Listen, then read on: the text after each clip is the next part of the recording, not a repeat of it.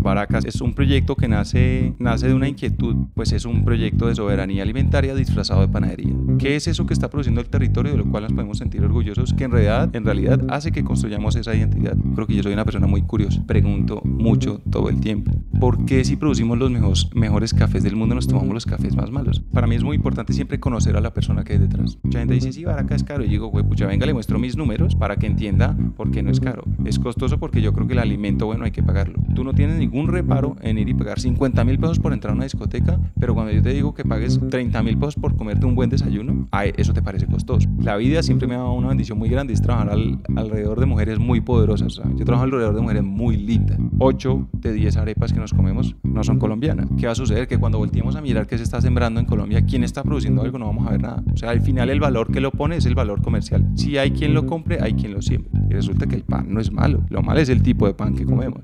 Comer no puede ser simplemente un acto de placer. Tiene que ser un acto de responsabilidad.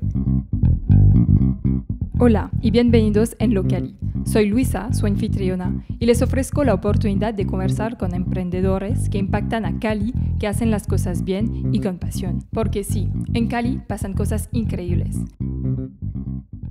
Bueno, Jihad, antes de todo quiero aclarar algo.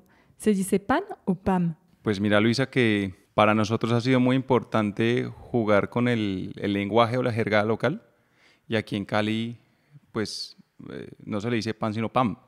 Y yo quiero resaltar eso como parte de la identidad cultural de la ciudad, ¿no? O sea, no venir a decir que es pan, sino es pam. Aquí se dice pam y vamos con pam, así como a la bolsa se le dice chuspa, y así como al 70 se le dice 70, pues como que eso hace parte de la identidad cultural. Y yo siempre busco mucho resaltar qué es lo que hay en la cultura local, ¿no? Ejemplo, yo arranqué hace como 10 años, un poco menos, haciendo croissant, y es como, pues aquí no se le dice croissant, aquí se le dice pancacho, es pancacho, ¿vale? Entonces utilicemos el lenguaje local pues porque eso para mí enriquece la cultura.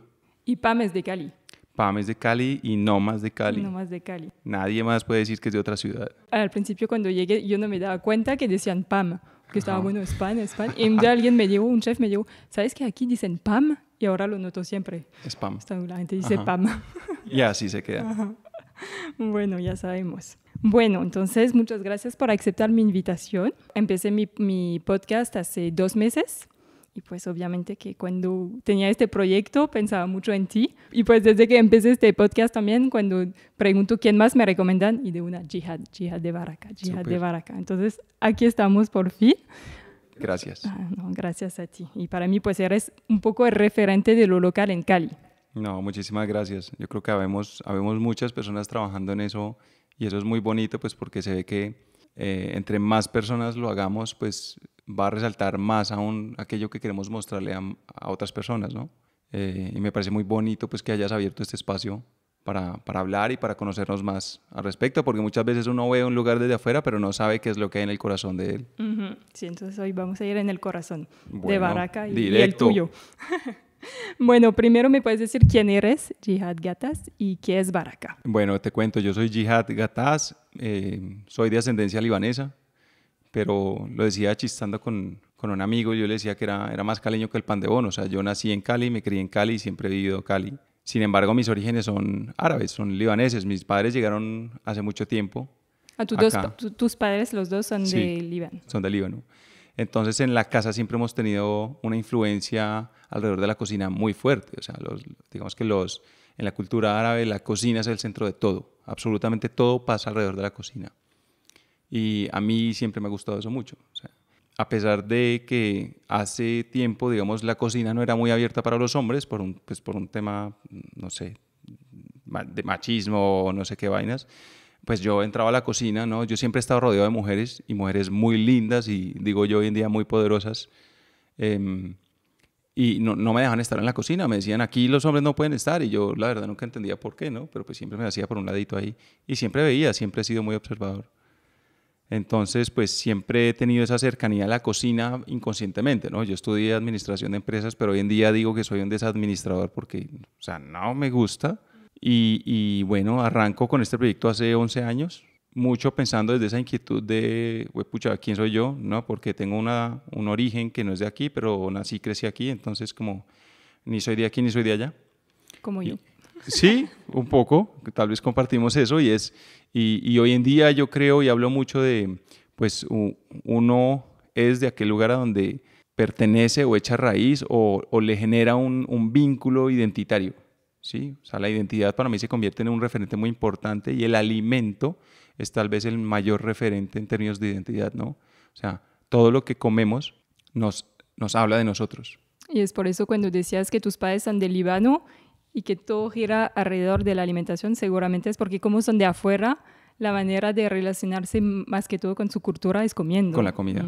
Siempre va a ser a través de la comida. Tú vas a nuestra casa, a la casa de mi abuela y siempre tiene que haber comida y cuando invitamos a comer a alguien, las mesas siempre tienen que estar llenas, o sea, es una muestra de amor. Básicamente al final el reflejo es una muestra de cariño, ¿no? Es como el cariño lo reflejamos a través del alimento.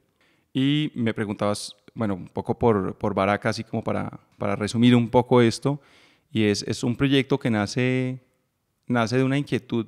Yo cada día lo entiendo más, para mí tal vez han sido 11 años digiriendo esto para entender qué es lo que realmente estoy haciendo, porque yo siempre digo, pues no es exactamente una panadería, o sea, y cuando yo lo quiero cortar digo, pues es un proyecto de soberanía alimentaria disfrazado de panadería. Ya nos disfrazamos de una panadería para que entiendan qué hacemos.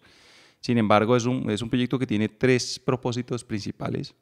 Uno de esos es volver al buen alimento, o lo que llamo el alimento real. Otro de esos es tejer comunidades. Yo siento que lo que sostiene el planeta, las ciudades, los países es la comunidad.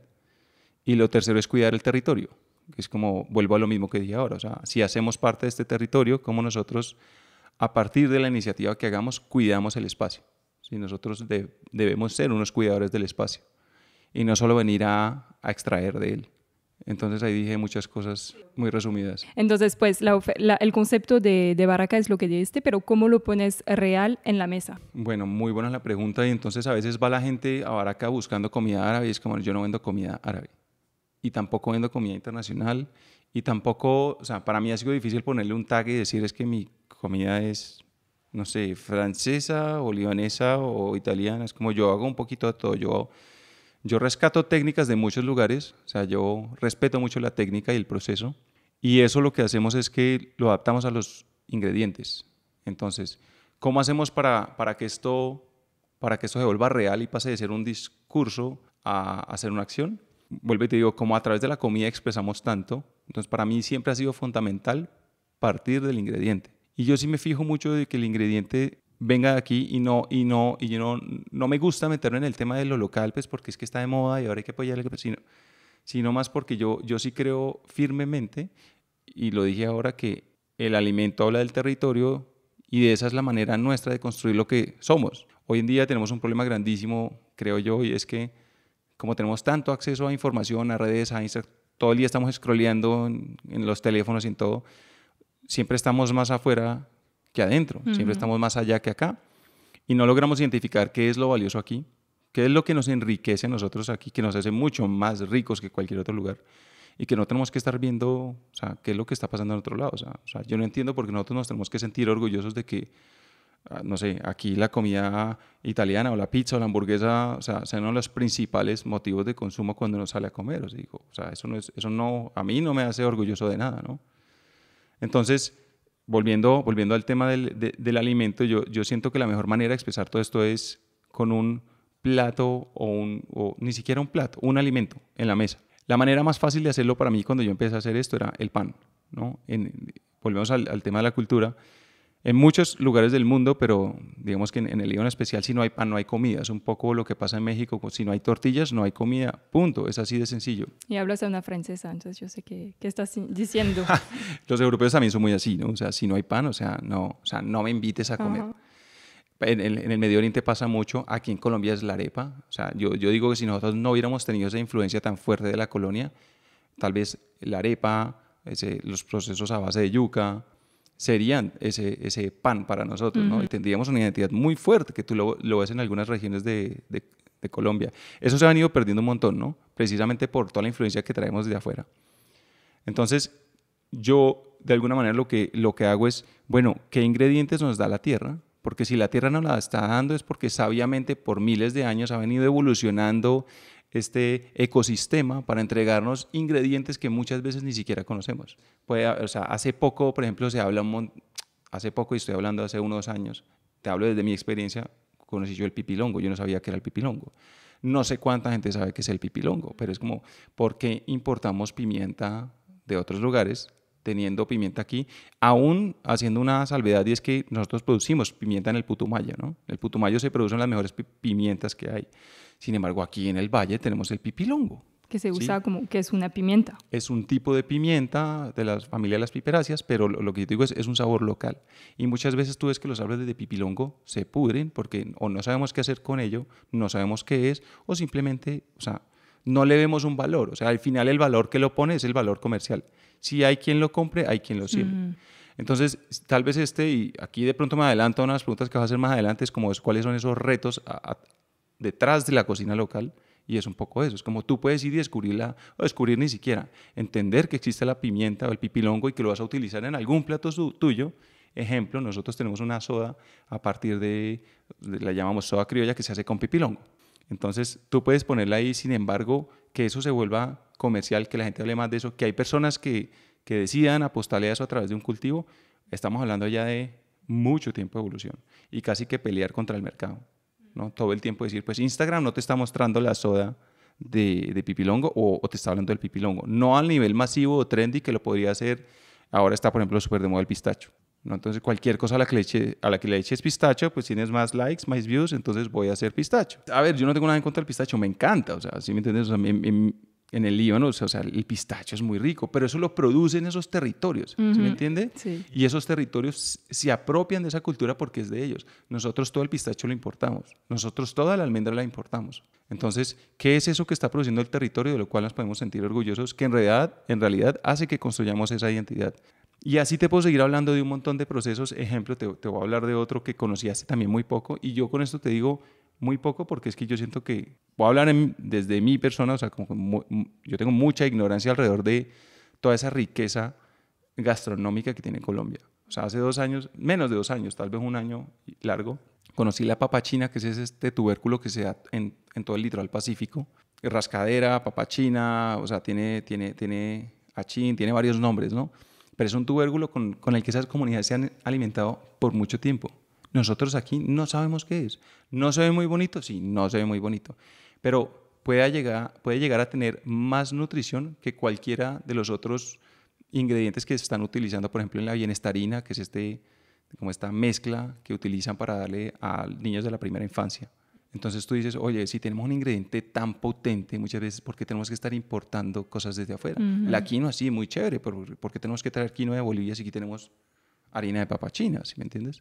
Entonces muchas de esas inquietudes vienen a partir del ingrediente. O sea, ¿qué es? ¿Qué se puede hacer con él? ¿Qué se está haciendo? Y obviamente mi manera de trasladar esto a algo más físico es yo siempre lo hago, intento hacerlo a través de algo que venga del horno. O sea, mi fuerte... A mí no me gusta que a mí me digan chef, yo no considero que yo sea un chef, ni estudié para ser chef. O sea, yo soy una persona muy curiosa del horno, o sea, hornero, si pudiese haber un término. Y todos mis productos terminan siempre relacionados con algo que tenga que ver o con panadería o pastelería o repostería, porque es en esas dimensiones en las que yo estoy pensando. Y por eso cuando decías que tú eres un curioso, pues es muy importante ser curioso para lograr adaptar estas influencias que tenemos de afuera. Yo creo que a mí esa es una de las palabras que más me gusta usar para describirme. O sea, más ¿qué hice yo? ¿Qué estoy haciendo? Yo creo que yo soy una persona muy curiosa y pregunto mucho todo el tiempo. Y es eso lo que a mí me ha llevado a ver un poco más allá, ¿sí? No a ver qué está de moda y entonces voy a montar el café porque está de moda. Mira, nosotros arrancamos hace 11 años, como te decía.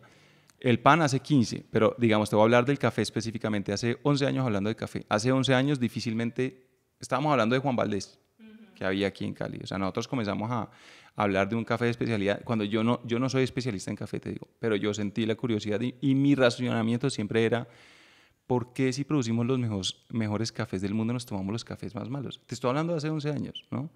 Bueno, ¿qué está pasando en el mundo? Entonces comenzaron los métodos, que el Chemex, que el B60, todo este desfile de nuevos procedimientos para apreciar mejor el café. Y nosotros nos metimos ahí, no porque fuéramos ni caficultores, ni baristas, ni nada de esto, sino por la curiosidad de entender por qué un alimento o un ingrediente que se produce tan bien en el territorio, que se da tan bien en el territorio, nosotros no nos lo estamos comiendo. O sea, nosotros deberíamos tener la cultura del café en las venas, tanto como los franceses tienen la cultura del vino, y poder hablar de la cepa y la variedad y el terroir del café, que yo siento que hoy se está haciendo mucho más y eso a mí me alegra un montón. Pero así mismo te puedo hablar del chocolate. O sea, nosotros producimos chocolate y la verdad, toda la vida hemos comido un chocolate. Si yo digo groserías, ¿esto hace pip o no? No, Ah, nos bueno, puedes decir. entonces, bueno, es un chocolate de mierda, te digo, toda la vida lo hemos consumido. Importados, ¿no? Muchas veces importado, eso. ¿Qué es eso? Pero te estoy hablando de chocolates nacionales, entonces nosotros nos acostumbramos, que esa es otra cosa muy importante ahora que te decía de cómo nos identificamos nosotros culturalmente con el alimento, y es si toda la vida desde pequeño te han dado o te han educado el paladar bajo unos sabores que tú crees que son los sabores, pues es difícil entrar con algo diferente. Entonces, si tienes un chocolate cuya proporción de cacao es muy baja y el resto es azúcar o lecitina de soya o leche en polvo, pues tú crees que eso es el chocolate. Entonces, cuando yo te doy un chocolate al 70, al 80%, pues te vas a ver amargo y horrible. Y ahí es donde yo hablo de volver a educar el paladar, que fue lo mismo y es lo mismo que está sucediendo con el café. Entre más haya propuesta, más nosotros como ciudadanos vamos a estar expuestos a una cultura y más vamos a exigir. Por eso es tan importante que más y más y más personas lo sigan haciendo. Ujú. Sí, es que hace poco también aprendí que en Colombia hay vanilla. Yo no sabía. Pues te voy a dar una sorpresa. A mí me sorprendió enormemente porque si te digo, o sea, yo no sabía esto y me corregirán los botánicos, pero según entiendo, la vainilla viene de la familia de las orquídeas. Las orquídeas vienen pues, no sé, de Colombia, pero del Amazonas, ¿sí me entiendes? Y si viene de eso, no te genera mucha curiosidad decir, ¿por qué una planta que se produce en el trópico, en estas condiciones, no se consume aquí? Pues yo sé que es por el costo, pero ¿por qué nos llega la vainilla desde afuera? ¿Por qué es más barato comprar vainilla desde afuera? Te estoy hablando de vainas de vainilla, ni siquiera esencia. Porque es más barato comprar vainas de vainilla de Tanzania o de México muchas veces que comprarlas de Colombia. Bueno, eso tiene muchas explicaciones, ¿no? Procesos productivos, nuevamente, no nos hemos dedicado muy bien a eso, pero a mí me genera mucha curiosidad y a veces me da hasta rabia, digo yo, entender cómo un ingrediente que ha sido originado en estos lugares pueda de alguna manera haber sido expropiado, no sé por qué cultura, por quién, por dónde, por cómo, y en realidad lo hayan expuesto en el mundo y dicho, bueno, vainilla de Madagascar, súper bien, ¿no? Se produce allá. Pero ¿por qué aquí no? Porque aquí no podemos hablar de esa vainilla de diferentes lugares, de esos diferentes tonos, o sea, sentirnos orgullosos de eso. Te voy a dar un ejemplo también con otro tipo de especia que se llama abatonca, que es un tipo de nuez y se produce, eso está creo que más hacia, no me recuerdo si es hacia Venezuela o colindamos con Ecuador, no recuerdo muy bien. Eso no lo conseguimos mucho aquí y es costoso. El abatonca creo que viene de un arbusto, es una nuez, y los europeos lo están utilizando mucho en la repostería porque produce un aroma a almendra que no te alcanzas a imaginar. Aquí no sabemos qué es el abatonca. Entonces la abatonca sale de aquí, la cosechan y la envían hacia otro lugar. Entonces tú dices, a mí eso no me genera ningún sentido, como que venga, porque no somos nosotros los que estamos usándola y haciendo que eso sea parte de nuestra identidad y que más adelante podamos tomarnos un chocolate con el sabor a batonca, que nuestros hijos puedan distinguir el abatonca, que puedan hablar desde el lenguaje de la batonca. Eso no existe. Entonces, existe la canela, pues la canela no viene aquí, a mí me encanta la canela, no existe. Los clavos, pues que son estas especies que son las que más usamos, ¿sí me entienden? La pimienta dulce, porque, o sea, en Colombia hay especias, ¿por qué no nos apropiamos de ellas? O sea, ¿por qué no comenzamos a meter eso en la cocina y hablar más de eso? Porque, en la medida en que eso entra al lenguaje, en la medida en que hablemos más en las mesas de esto, en las reuniones de esto, pues hay más posibilidades de que las personas puedan ir y producir y vender esto y generar una manera digna de vivir a partir de esto. Y no puedes solo venderlo afuera porque lo valoran afuera. Claro que esa es otra cosa y también es entendible, Luis. A ver, no sé, no recuerdo en cuánto puede estar un kilo de abatonca, pero estoy seguro que está por encima de los 500.000 pesos. Es difícil que aquí te paguen eso. Y lo entiendo porque tú cómo le vas a sacar el precio a eso. O sea, sucede mucho con la vainilla de la que ya hablamos. O sea, ¿cómo vas a hacer tú para sacarle el costo a un helado, una torta de vainilla utilizando una vaina que vale? Una vaina puede costar 11.000, 12.000 pesos. Una vaina para hacer una torta. Entonces ya distribuye eso en el costo de tu producto y termina volviéndose un producto premium para muy poca gente que lo puede comprar, ¿sí? Ese, por ejemplo, es un cuestionamiento que yo tengo mucho. O sea, mucha gente dice, sí, Baracá es caro. Y digo, güey, pucha, venga, le muestro mis números para que entienda por qué no es caro. Es costoso porque yo creo que el alimento, bueno, hay que pagarlo. O sea, yo no me quedo con el dinero, pero el dinero sí tiene que ir a quien está haciendo el trabajo duro, ¿sí? O sea, que finalmente, y esto hace parte también de un poquito de ese sueño de nosotros, y es, yo sí quiero que en el futuro se hable de que es posible vivir del campo. No ese estigma que tenemos ahora de que desde el mismo campo sale, ¿no? O sea, los campesinos le dicen a sus hijos, estudie para que no se quede tan bruto como yo. Ajá, y para Estudie irse a la para ciudad. irse. Ajá. Esto no sirve, y es verdad, Luisa, no es mentira. O sea, cuando tú ves que un señor de 90 años se le está cayendo el techo de su casa, o sea, no tiene casi ni para comer, o sea, tú dices, no, o sea, hay algo que no está funcionando bien aquí. O sea, el señor lleva toda la vida produciendo comida para que nosotros comamos. ¿Listo? ¿A qué precios? No sé, a los precios del mercado. ¿Quién los pone? No sé, digamos que el mismo mercado, para no echarle ahora la culpa a la mano invisible. Pero entonces dices, ok, es correcto entonces decir que uno vende más barato, otro vende más caro, ¿y a costa de qué? A costa de un señor que lleva toda su vida matándose la espalda al sol y al agua. Tanto así que yo sí me hago una pregunta, y es, bueno, yo tengo 2 hijos y digo, ¿será que mis hijos van a ver una próxima generación de campesinos? Es una pregunta que yo tengo. Lo que acabas de decir, pues no pasa solo en Colombia, pasa en todo el mundo, que sabemos que los que producen la materia prima, la primera etapa de un producto, sabemos que son los que pues los pagan nada. No sé por qué no valoramos los productos así, porque no es solo Colombia, en Francia es lo mismo. Mi padre es agricultor y me dice que no hay ley que protege, o sea, en Francia casi estamos protegidos por todo. El que produce, el que consume está muy protegido, pero por la materia prima, el agricultor puede vender sus productos a pérdida, que legalmente es ilegal. Por ejemplo, compras un vaso a 2.000 pesos, no puedes venderlo a 1.500 en Francia. Pero si produces leche que te cuesta 2.000 pesos, no sé, digo bobadas, 2.000 pesos producir un litro de leche, lo puedes vender 1.000 pesos. No importa a nadie. No tiene sentido. No tiene sentido. No tiene ningún sentido. Y vuelvo y te digo, si al final el alimento es aquello que nos sustenta, para mí no existe, no tiene sentido eso. Yo digo, a día de hoy no entiendo. Y yo entiendo que hay un problema con los intermediarios, que quienes en realidad se quedan con todo el dinero son los intermediarios, pero también los negocios quedan en la mitad, Luisa. O sea, yo vuelvo y repito, o sea, mucha gente dice, sí, es caro. Yo le digo, ¿es caro? O resulta que tú no entiendes cuáles son los costos que hay detrás de esto, ¿sí? ¿Quién se está quedando realmente con el dinero? ¿Estamos repartiendo bien la torta? O sea, ¿estamos siendo democráticos a la hora de acceder a alimentos que sean justos, limpios, buenos y que finalmente terminen beneficiando a quien los está de verdad cultivando?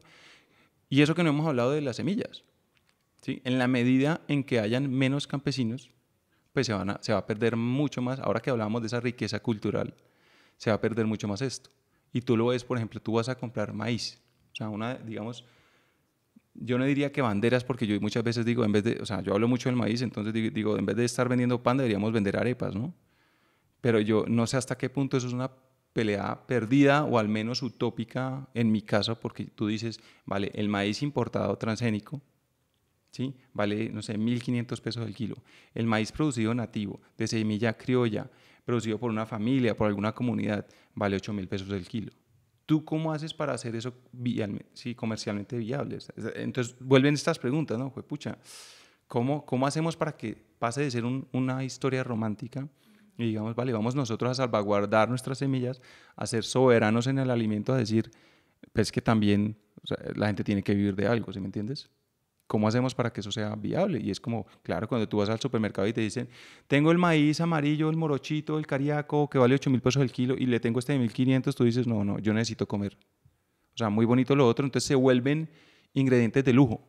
Y eso no debe suceder, que yo, por ejemplo, yo siento que esta búsqueda de lo local y este enaltecimiento de los ingredientes locales ahora están teniendo un problema fuerte, y yo hablo también desde ese lugar, te digo, y es, esto no se puede quedar simplemente en la gente que tiene dinero. Sí, es lo que te quería preguntar. Consumir local, preguntarse de dónde viene, ser consciente y todo, ¿es un privilegio de ricos? Yo creo que hay una crítica muy grande, ¿no? Mucha gente dice, no, sí, es que comer orgánico es caro. Y digo, ¿es caro? ¿Comer orgánico es caro? ¿O es que en realidad no sabes comer, o no sabes dónde buscar, o es que en realidad el alimento que tú estás comprando es realmente demasiado barato? Lo que decíamos ahora, ¿cierto? O sea, no es posible que cultivar maíz sea tan barato, ¿sí me entiendes? Cuando lo haces a escalas gigantes, y aquí los agrónomos me pueden criticar un poco, digo, pero claro, cuando tú coges y siembras todo el valle del Cauca en caña, pues claro, va a hacerlo mucho más rentable y vas a poder ofrecer mejores precios. Pero aún así todo, y aquí estoy hablando específicamente del azúcar, nosotros deberíamos tener uno de los precios de azúcar más bajos del mercado. La producimos aquí nomás, te digo, y no es la más barata. No es la más barata, no tiene ningún sentido. Se rige bajo un precio internacional. Pasa lo mismo con otros ingredientes, ¿no? Entonces tú dices, vale, el maíz en Estados Unidos es más barato porque lo subsidia el gobierno, porque hay eficiencias, puede ser por un montón de cosas, pero tienen tanto y tantos excedentes que entonces todo lo que les sobra nos los envían a nosotros y nos llenan y nos terminan quebrando los mercados, te digo. Entonces nadie va a sembrar maíz porque nadie va a competir contra eso. Entonces decimos, ¿es un privilegio de ricos? Yo digo, no, yo no creo que sea un privilegio de ricos. Que se convierten en ingredientes de lujo porque son costosos, sí. La gran pregunta, ¿cómo hacemos para que esos ingredientes, para que todos podamos acceder a esos ingredientes, para que la vainilla no tenga que ser un ingrediente de lujo, ¿sí? Entonces, yo no sabría cómo responderte a esta pregunta. Es como, ¿quiere decir que entonces todos tenemos que ganar más para poder pagar eso? De pronto sí. ¿Cómo hacer para que eso funcione? No sé. Una cosa en la que sí haría mucho énfasis yo es, bueno, tal vez muchas veces es más calidad y no cantidad, ¿sí? Entonces, vamos a hablar del pan específicamente, o sea, nosotros venimos desde hace unos años, varios años, investigando algo que yo denomino harinas soberanas. Las harinas soberanas vienen siendo esas harinas que se producen en el territorio. ¿Sí? Entonces yo digo, nosotros somos dueños de esas harinas porque no las traemos de ningún lugar. Entonces te voy a poner en contexto. Tal vez entre el 90 y el 95% del trigo en Colombia se importa. ¿Sí? Canadá, Argentina, bueno, de donde venga, siempre y cuando sea barato, sí, listo, calidad entre comillas, pero no nos dan los mejores trigos, o sea, nosotros sacamos el mejor café, pero no nos entra el mejor trigo, por obvias razones, pues el mejor trigo se lo van a dar a quien mejor lo pague. Los mejores vinos en Francia no los sacan. ¿Quién se los toma? Pues la población, y así debería ser, ¿no? Con el trigo, aquí nos llega 90-95% del trigo es importado, ¿vale? Eso quiere decir que somos extremadamente sensibles hacia cualquier problema a nivel mundial. Entonces, ¿recuerdas que todavía hay guerra con Ucrania? Pues resulta que se disparó el precio del trigo porque Ucrania es uno de los grandes productores de trigo y aquí inmediatamente subió todo. Entonces desapareció el pan de 100 pesos y los panes de 500 pues ya no eran de 400 gramos sino de 300, pues porque todo panadero tuvo que buscar la manera de adaptarse a eso. ¿Qué tan sensibles estamos a que esos cambios sigan sucediendo? O sea, hoy en día estamos en un mundo tan globalizado que cualquier efecto, o sea, un efecto en Ucrania viene y nos golpea aquí directamente, ¿sí? Pero si resulta que al señor Trump ahora se le ocurre poner alguna otra nueva de esas maravillosas ideas, ¿cómo nos va a afectar a nosotros eso como un producto de la canasta básica familiar? 80% del maíz que hay en Colombia es importado. Y volvemos, ya, o sea, te mencionaba un poquito la diferencia en precios. 8 de 10 arepas que nos comemos no son colombianas, o sea, vienen de Arizona o yo no sé dónde serán, o sea. ¿A qué me refiero con esto? Y voy un poquito hacia atrás. Ahora lo vamos a mirar en términos de nutrición. Yo no soy ni médico, ni nutricionista, ni nada de eso, pero con las pocas personas que conocen mucho este tema, te pones a hablar con ellos y muchos de esos alimentos que se producen hoy en día están desprovistos de nutrición porque los suelos están totalmente erosionados. ¿Listo? Entonces, al tú no tener alimentos ricos en minerales, no sé, en vitaminas, o sea, el suelo es lo que finalmente va a garantizar que el alimento esté lleno y nos pueda nutrir a nosotros. Entonces, muchas veces no es el tamaño, no es la cantidad, por ejemplo, del pan que te comes, sino la calidad del pan que te comes. Y por eso, voy a hacer un paréntesis pequeño, digo, por eso, esta es una frase de la que hablan mucho últimamente y yo sí creo, el alimento al final es un acto político. O sea, todos los días yo me levanto a decidir políticamente qué voy a comer. Si votas, decimos que votas 3 veces al día. 3 veces al día. O sea, normalmente en cuestiones electorales vamos una vez cada 4 años, una vez cada 2 años, no sé. O sea, aquí estamos diciendo que todos los días yo me levanto a comer y eso es un poder de decisión grandísimo que tal vez podría comenzar a equilibrar mucho más esas balanzas de las que hablamos ahora. ¿Es un privilegio de rico? Yo digo, yo no sé. Yo creo que en la medida en que nosotros fuéramos más exigentes como ciudadanos y le dijéramos a las grandes compañías, explícame por qué, muéstrame que está siendo justo con la persona a la que le estás comprando, esas compañías no tienen cómo sobrevivir, te digo, porque viven a partir de los bajos precios de quien produce y el gran margen se lo terminan ganando ellos. Entonces tú dices, ¿cómo equilibramos la balanza? ¿Vale? Ahí es donde yo digo, bueno, en realidad podríamos nosotros políticamente hacer una fuerza mucho mayor. ¿Qué pasa, Luisa? Que no nos interesa. No nos interesa porque el alimento es un commodity. Y por eso gran parte de nuestra misión es volver a reunir las personas alrededor de la mesa, ¿sí? porque ahí es donde se cuecen gran parte, yo siento, de las grandes ideas, ¿sí? Y no es simplemente comer como un acto de placer. Es donde yo digo, o sea, comer no puede ser simplemente un acto de placer, ¿sí? Sino tiene que ser un acto de responsabilidad. Y ahí es donde cambia mucho el discurso. Y ya me olvidé del otro que te iba a decir con este paréntesis. Y es por eso dices también que no queremos, pero es también porque no sabemos. Hay mucha falta de conocimiento alrededor del impacto que puede tener de consumir. De eso íbamos a hablar. Chocolate, ¿cierto? Entonces, ¿qué impacto tiene que yo compre un ingrediente o un producto cuyo insumo viene de afuera?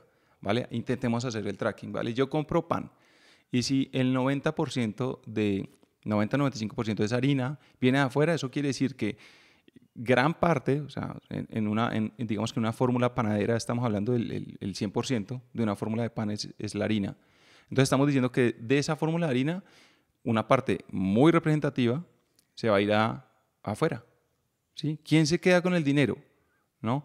El que lo produjo, el intermediario, el que lo transportó hasta aquí, o sea, salen muchas inquietudes. Lo único seguro es que ese dinero no se queda en Colombia, ¿no? Y no se trata de ser regionalista, es como la plata tiene que quedar aquí, no, sino es como, nuevamente, aquel principio del que te hablé ahora, cómo cuidamos el territorio, ¿vale? Porque es que en la medida en que yo solo esté pensando no sé, en comer por necesidad, que eso también es una posibilidad, o darme el placer, porque simplemente el placer, y yo elimino mi responsabilidad como consumidor, pues le abro las puertas a un mercado que es el que nos tiene hoy en día patas arriba, sin nosotros saber para dónde mirar.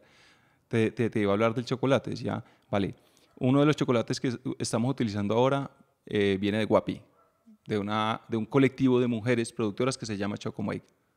¿Listo? Sale como una alternativa para reemplazar cultivos ilícitos, para reemplazar problemas de violencia en la región, liderado por mujeres. O sea, tú no te alcanzas a entender esto. O sea, un chocolate muy rico, muy lindo. Y dices, ¿cómo hago yo para medir el impacto o para explicarle al final a algún consumidor? Es, ven, a ver, te digo, no me puedes comparar.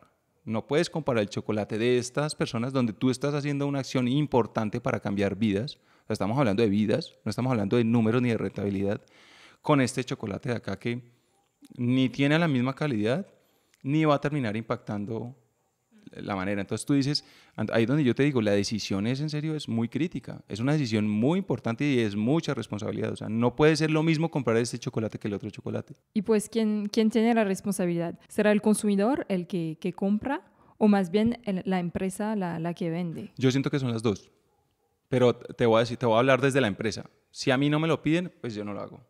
Así de sencillo. ¿Sí me entiendes? Porque no sé, en el mundo, digamos que hay diferentes maneras de evaluar empresas, y ahora está el tema de la responsabilidad social y el B Corporation, y aquí en Colombia están las empresas Big, que te digo, o sea, eso es un letrero, o sea, de resto no pasa nada con eso, o sea, y es, vale, yo como empresa autónomamente puedo decidir apuntarle hacia eso.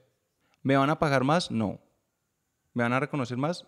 No necesariamente. En Colombia, yo te hablo desde mi caso, no sé qué pasa en las otras empresas. Entonces tú dices, ¿vale la pena hacerlo? O sea, nosotros llevamos 11 años remando, Luis, y yo muchas veces digo, yo creo que nosotros estamos muy sesgados por algo que yo defino el ojo del experto, y es que nos metemos tanto en la minucia que al final, cuando levantamos la cabeza y vamos a ver el mercado, es, ¿a quién le importa esto? A muy poca gente.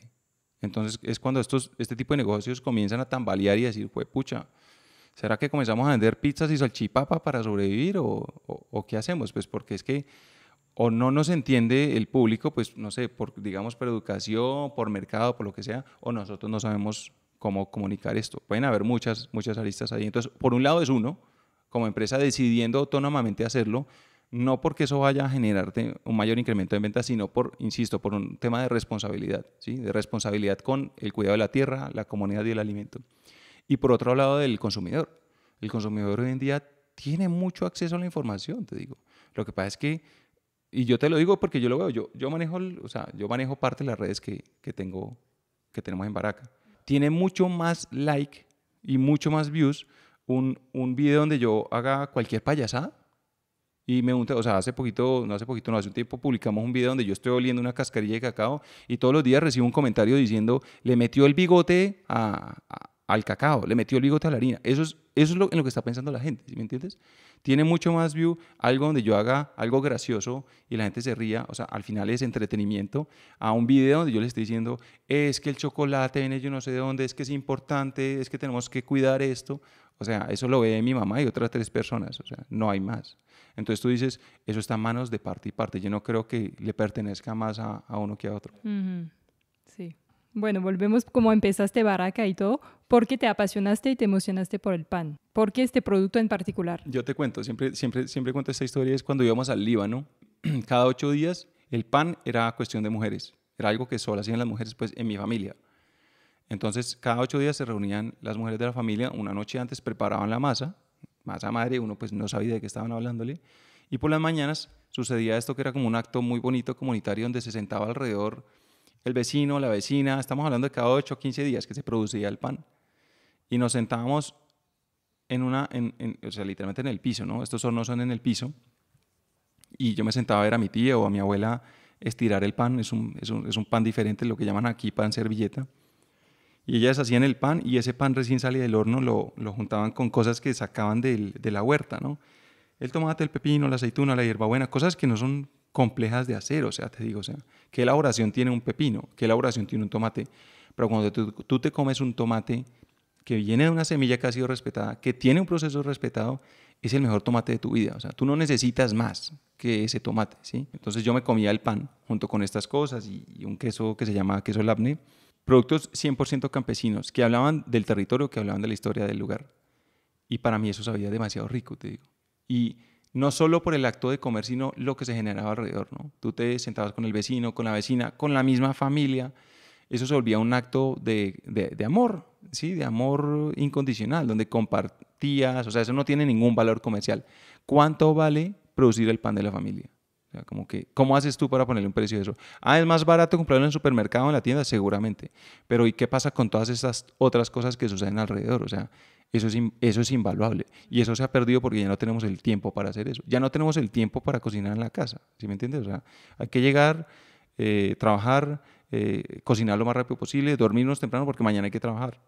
Entonces, cuando yo vi esto y cuando regresaba aquí, era un poco chocante porque esos espacios aquí no estaban. O sea, aquí no tenía yo mi abuela pues, que hablaba árabe, que hiciera, no sé, pana con la leña. Entonces eso me comenzó a mí a generar mucha inquietud.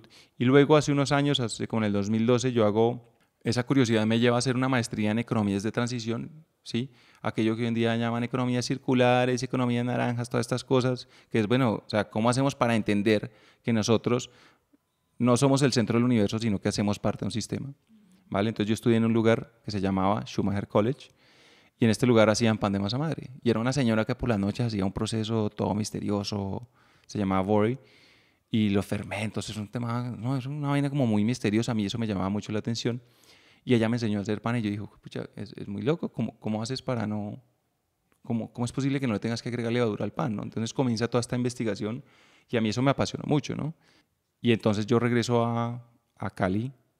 Y bueno, juntando estas dos cosas, un poquito como este gusto por ese pan que comíamos allá y como esta inquietud que tenía yo de cómo se hacía el pan de masa madre, traje un libro aquí, que era el primer gran libro que salió para hacer pan en casa, que era de Tartín, y yo lo traje y comencé a hacer pan y me salían las cosas más horribles del mundo. O sea, entonces, eso me genera más curiosidad a mí, ¿no? Como, ¿qué pasa? ¿Por qué si sigo la fórmula con todo? La temperatura, la respiración, cómo lo coges, ¿por qué me sale un pan tan feo? ¿No? Entonces comienzas a entender que no solo se trata de seguir una receta. Y bueno, y esto me lleva, ¿no? Una puerta me lleva a otra y ya me enamoro. Y obviamente porque el pan, y creo que lo dije ahora un poco, el pan es como ese principal alimento que está en la mesa. El pan tiene mucho simbolismo, ¿no? Es ese alimento que básicamente, por eso te decía ahora, si no hay pan, no hay comida, ¿no? O sea, hay guerras, ¿no? Allá en Francia son especialistas en armar guerras cuando el precio del pan sube. Entonces tú dices, o sea, eso tiene un simbolismo muy importante, ¿sí? Es como, ¿cómo hacemos para regresar ese alimento básico? ¿Sí? Y concentrarnos en que al menos lo básico esté bien hecho. Entonces era la idea inicial de Baraka, que sí, el pan sea sí. el protagonista de Baraka. Y actualmente lo es. Digo, sigue siéndolo. Lo que pasa es que yo lo que hago ahora es que el pan no hable solo del trigo, ¿Sí me entiendes? No, pan de masa madre porque está de moda, no. O sea, muy chévere la masa madre. La masa madre es un proceso puntual, ya, listo, chévere. ¿Y qué hacemos con esto? O sea, si no, volvemos a la misma ecuación, ¿no? ¿Qué está en tendencia? La masa madre, el pistache, no sé, lo que sea. Y lo que hago yo es que simplemente le saco el rendimiento financiero a eso. Es como, no. O sea, más allá de la tendencia es porque es importante la masa madre, uno, y dos, lo que te dije ahora. Venga, no es lo mismo la harina que se produce en Europa o el tipo de trigo que se produce en esta región particular, donde son países especialistas en eso, donde el trigo se da por naturaleza bien, a venir a producir trigo aquí en Colombia, a producir pan aquí en Colombia. Aunque aquí en Colombia se produce trigo, te digo, te advierto de una vez, no son los mejores trigos, porque estas tierras no están hechas para eso, para producir ese alimento, ¿sí? No están hechas para generar ese estrés al alimento y producir un buen trigo. Lo mismo que las uvas, ¿cierto? Pero si yo me pongo a hablarte del cacao, si yo me pongo a hablarte del café, si yo me pongo a hablarte del maíz, te estoy hablando de los mejores, tal vez de los mejores del mundo. Lo que pasa es que eso no lo entendemos nosotros. Bueno, yo sé que no estudiaste cocina, no eres chef, no eres cocinero, eres solo un curioso que aprendiste por tú mismo. Me llamaba mucho la atención, siempre me llamó mucho la atención y siento que hacer pan es muy, empodera un montón. O sea, mira que en la pandemia se puso de moda hacer pan. Y yo te digo, yo siento que las personas que hemos hecho pan, cuando sacamos el pan del horno, o sea, el placer que tú te produce eso, la retribución interna que te produce eso cuando sale un pan bonito del horno es indescriptible. Y también te das cuenta que no es tan fácil. Claro, te das cuenta que no es tan fácil, que no es un proceso simplemente como agregué estos 4 ingredientes y ya le sale pan. No, tiene mucha más técnica detrás. Pero yo sí creo que yo sí he sido muy autodidacta, ¿no? O sea, yo en donde más invierto dinero, por no decir que voto, o sea, a mí a veces me dicen que por qué compro tantos libros, o sea, pero yo creo que eso a mí me ayuda a enriquecerme un montón para ver qué está pasando en otros lugares, cómo le están haciendo diferentes técnicas, esta investigación de la que yo te hablo, pero todavía no hay muchas cosas escritas sobre lo que se produce en este territorio, ¿sí me entiendes?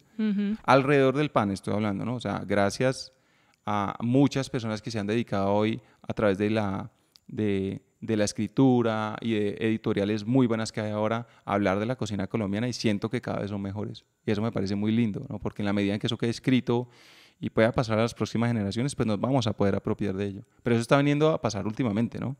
Hasta hace muy poco tiempo los libros más vendidos eran libros de cocina de otro lugar. ¿Y cuál libro colombiano recomiendas? Hay una editorial que a mí me encanta que se llama Hambre de Cultura. Este señor, este loco, no es de Colombia, lo cual a mí me impresiona, pero es un enamorado de Colombia. Y Dani, por ejemplo, junto con 2 cocineras muy buenas, hicieron un libro alrededor de los amasijos, de los envueltos. Y es un libro que ha ganado premios a nivel internacional. O sea, entonces, por ejemplo, ese libro para mí es fundamental, es un libro súper importante. O también hizo, por ejemplo, un libro con unos amigos en Bogotá, los de Minimal, que también son un referente de esta búsqueda de resaltar lo local y entender por qué es tan importante trabajar con comunidades. El libro que sacaron de Minimal es importante. Él continuamente está sacando libros, te digo, y él es muy crítico y es como, vale, ¿cómo hacemos para darle valor a partir de esto? Entonces, yo te digo, yo siento que cada vez hay más. Y eso me parece muy bonito. Pues, a ver, te digo, esto no es un mercado para todo el mundo. O sea, esto no es el libro de superación personal que vas a poner en la librería y se va a vender un montón, no. Pero al menos ya estás diciendo, vengan, hay otras alternativas, esto es lo que nos representa a nosotros. No los pondría. Los detalles. En Baraca dices como Baraca, alimentos de verdad. ¿Qué es un alimento de verdad? Bueno, yo creo que se publicita un montón, pero vale, ¿sabemos en realidad qué es un chocolate de verdad? Digo, yo estoy seguro, y te puedo decir en este momento, no lo sabemos. Estoy hablando de la mayor parte del mercado, ¿no? Ahora comienzas a ver tú un montón de iniciativas que me parece increíble, o sea, y tú ves que eso se volvió una tendencia de mercado excelente, chocolates al 70, al 80, al 100, y que la gente comienza a pedirlos. No todo el mundo, pero la gente comienza a pedirlos. Y son barras por las que antes, no sé, pagabas 2.000, ahora pagas 14.000, 15.000 pesos por una barra de chocolate. Entonces ahí es donde yo digo, vale, ahí estamos hablando de alimentos de verdad, alimentos reales, ¿sí me entiendes? Que en realidad me estén diciendo a qué sabe el chocolate. O sea, lo mismo con el café, ¿sí? Nosotros estamos acostumbrados a tomar pasilla, cafés que tostaban por encima de la tostión media mucho más arriba. ¿Para qué? Para esconder errores. ¿Quién sabe qué otra vaina tenía? No sé, hay infinidad de mitos, ¿no? O sea, que le echaban garbanzo, que le echaban yo no sé qué, y nosotros pues no nos damos cuenta de eso. Entonces, acostumbrábamos el paladar a tomar, entre comillas, café, cuando lo que estábamos tomando era una pasilla quemada. Y tú te das cuenta de digamos que lo sensible que ha sido eso frente al mercado o frente a la cultura, porque es que lo primero que sucede cuando a ti te traen una taza de café en Colombia es que pide azúcar. Eso es automático, o sea, ni siquiera se piensa. ¿Azuquitar, por favor? ¿Sí? Y azúcar, o sea, les pones panela y es como, pucha, no tanto panela tal vez más en el campo, pero azúcar es lo que, o sea, y es como, hay algo que no está bien, ¿no? Porque el azúcar, ¿qué hace? Mimetiza, o sea, esconde el sabor, Ajá, esconde sí. los errores, ¿sí me entiendes? Aquí tienes algún error, échale azúcar, ¿no? Entonces yo vuelvo y te digo, o sea, café de verdad, el que estamos tomando ahora. No en todos los lugares, pero el que estamos comenzando a conocer ahora. Pero ese café que solíamos tomar antes, que muchas veces se importó. Nuevamente volvemos al tema, al problema del comercio, ¿no? O sea, ¿cómo es posible que en este momento estamos importando café? Porque no hay suficiente producción nacional. O sea, entonces que venga café de Vietnam o de Brasil aquí es... No entiendes cómo en un país que produce el mejor café del mundo estemos importando café para darle digamos, al pueblo, a la mayor parte de la población. Entonces, alimento real, bueno, que en realidad sea un café, que sabemos dónde viene su semilla, que sabemos cuál es su terroir, su perfil sensorial. Para mí eso es un alimento de verdad. Eso es por un lado eso. Y por otro lado es el tema de, bueno, tiene conservantes, tiene químicos, tiene saborizantes. ¿Qué pasa si no utilizamos el saborizante de vainilla? ¿Sí? El sabor a vainilla. No sabemos a qué sabe la vainilla real, ¿cierto? Entonces, pues no sabe a vainilla, pero en realidad sabemos a qué sabe la vainilla. O sea, hoy en día la industria es tan hábil, Luisa, que puede fabricar sabores muy puntuales. Y así un montón, o sea, se repite y se repite, con el pan pasa lo mismo. O sea, el pan necesita 4 ingredientes: harina, agua, sal y algún agente leudante, ¿listo? ¿Qué es lo que buscaban anteriormente las personas que fabricaban pan, digamos que los panaderos de antaño?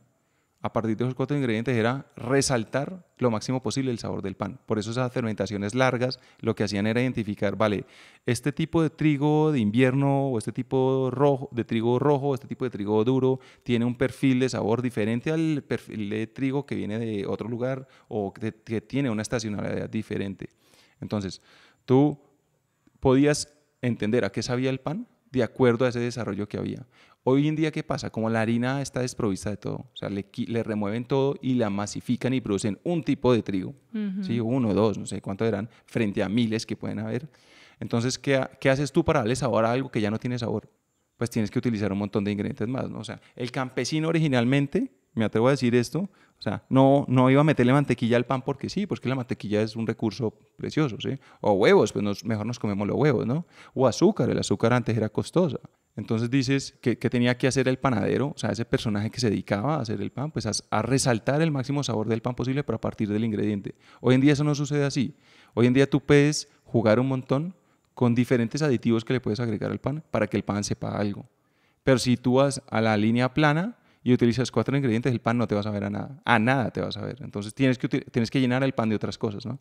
Por eso es que aquí el pan que más comemos es el pan aliñado, ¿no? Que es una mezcla de un montón de cosas, o sea, que yo digo es más un pastel que un pan, pero nos gusta, ¿no? O sea, tú te sientas a comerte un pan aliñado, en una sentada te puedes mandar el pan aliñado y después, oh sorpresa, me dolió el estómago, me inflé, vas a donde el médico y te dicen que el pan es malo y resulta que el pan no es malo, o sea, lo malo es el tipo de pan que comemos.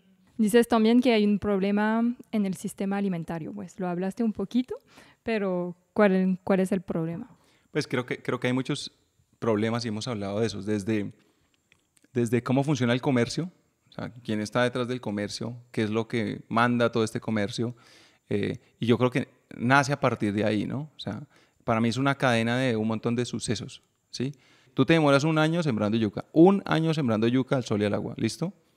Cuando sales, sacas el tubérculo, que es un ejercicio físico grande, sales a venderlo y te pagan lo que quieren, lo que hablamos ahora. Es como, vale, ¿cómo haces tú para que podamos seguir teniendo alimentos de calidad bien pagos? Si al final yo no soy el que estoy decidiendo, o yo sí estoy decidiendo cuando hablamos de un consumidor responsable por el precio que estoy dispuesto a pagar por esa yuca. Entonces, listo, si yo me demoré 1 año sembrando yucas, yo soy del campo, estoy en una región, Colombia tiene una topografía muy difícil, eso quiere decir que no es fácil sacar alimentos a la carretera para que vayan y los recoja un vehículo y los lleve no sé, a la ciudad o a donde tiene que venderlos. Entonces, incluso el sistema, por ejemplo, problemáticas puntuales, el transporte es una problemática grande. Entonces, el señor de por allá de la montaña que estamos viendo a lo lejos produjo una yuca buenísima. ¿Quién la recoge? ¿Quién la trae? ¿Cuánto cuesta traer esa yuca hasta acá? Y entonces ahí es donde el intermediario hace eso, ¿no? Va a recoger yucas por todas las zonas, llega a esas zonas donde nadie llega y va a pagar lo que quiera. ¿Y el campesino qué hace? Pues o tengo la yuca aquí, o la dejo podrir, o se la vendo a lo que él quiera, ¿vale? Sí, no tiene elección. Entonces, te tardaste todo un año sembrando una yuca y al final recibiste cualquier cosa, lo que decidieron pagarte, ¿listo? ¿Cómo haces tú para sobrevivir a partir de eso? ¿Cómo hago yo como campesino para decirle a mis hijos es que vivir del campo es posible? Vivir tranquilo, ¿no? O sea, no necesitamos tanto lujo y tanta vaina, pero es posible vivir del campo. Es difícil, o sea, ¿sí me entiendes? O sea, si al final me van a pagar lo que quieren, o sea, si yo todo el año me maté eso y al final no tengo ni siquiera para, no sé, para que mi hijo vaya o a estudiar o a comer algo o para comprar simplemente insumos para la casa, pues a partir de ahí ya arranca el problema. Entonces, eso llega, o sea, no sabemos bajo qué condiciones se sembró la yuca, ¿sí? ¿Se sembró en tierras que utilizaron muchos agroquímicos o no? Para entrar a hablar de otro tema gigantesco, ¿no? Y es como, bueno, el uso de estos fertilizantes químicos, que, a ver, yo digo, ok, listo, no hablemos de orgánico porque todo el mundo tiene en la cabeza pues que el orgánico es costoso y no sé qué. Yo digo, vale, ¿y cómo hacía mi abuelo hace 80 años? ¿Él pagaba más por el alimento orgánico? No, pagaba más por la comida que salía, la comida que se daba. Los suelos, ¿qué pasa? No estaban tan envenenados. No había tanta, es que te digo, hoy hay tanto agroquímico en el suelo. Lo normal antes era lo orgánico. Era normal, o sea, esa palabra orgánica es un tagline que pusimos hoy en día, no sé, muchos para cobrar más, muchos para diferenciarse, o sea, pero al final es, ¿qué hacían antes? ¿Sí? Las semillas eran de buena calidad, la tierra no se maltrataba tanto, respetábamos los ciclos de la naturaleza, entonces era, pues, si estás en Europa y no hay bananos, amigo, no hay bananos, o sea, come frambuesas, estás en temporada de frambuesas, ¿sí me entiendes? Lo que pasa es que aquí en Colombia estamos acostumbrados a que todo el año queremos comer de todo. Todo el año, o sea, y no le damos valor a nada, ¿sí me entiendes? Es como que pues sí, tenemos una tierra muy fértil, pero no sabemos cuándo es la temporada pico de mango, donde el mango va a saber mejor, sino que estamos todo el tiempo exigiéndole más y más y más y más a la tierra. Y cuando tú les estás exigiendo tanto a un sistema que ya se ha estado explotando por años y por años y por años, pues ese sistema simplemente se quiebra, se seca, se daña. Y lo hemos visto en muchos otros países, ¿sí? O sea, tú vas a ver, no sé, Chile, después de la siembra masiva que hicieron de aguacate, pues está seco. ¿Qué pasa con los chilenos? Están viniendo a comprar tierra aquí, a sembrar aguacate. Entonces nosotros somos los próximos a hacer lo mismo, ¿sí? Entonces, sistema alimentario, o sea, yo siento que implica un montón de cosas, ¿no? O sea, ahí solo hemos hablado de la parte de distribución y producción, o sea, pero luego la transformación, o sea, ¿cómo lo haces? O sea, ¿cómo haces tú para ir a decir en el mercado, vale, esto es diferente que esto? O sea, no puede valer lo mismo este producto cuyo ingrediente ha sido cuidado, cuyo proceso ha sido cuidado, que el ingrediente que fabricó, el producto que fabricó una máquina en serie en una línea, o sea, cero cuidado, te digo, ¿sí me entiendes? Simplemente es un producto industrial cuya finalidad es diferente, o sea, no sé, sacar masivamente un producto a bajo precio. ¿Qué está pasando con el consumidor? Yo creo que esas compañías ni se preguntan ni les interesa. O sea, si le hace bien, si le hace mal. O sea, mira, a mí me llega últimamente no, desde hace ya varios años, o sea, un montón de gente diciendo que los médicos les están prohibiendo el pan por el problema del gluten. Casi todo tiene gluten. O sea, la galletita, tú vas a un supermercado, es galletitas, pan, o sea, tortas, todo tiene gluten. Y yo me hago la misma pregunta. ¿Anteriormente qué? O sea, ¿la gente también sufría de gluten? ¿O la gente sufría con los problemas de lactosa? No, no sufrían. Entonces, ¿dónde está el problema? ¿Sí me entiendes? O sea, ¿es en el alimento, es en el ingrediente, que es lo que hemos estado hablando, o es en el proceso? ¿Cómo se fabricó? O sea, ¿cómo haces tú? Nosotros producimos un pan y un pan se daña a los 3 días. A los 3 días le sale moho, en Cali, estamos diciendo. ¿Listo? ¿Cómo haces tú para que un pan te dure en anaquel meses?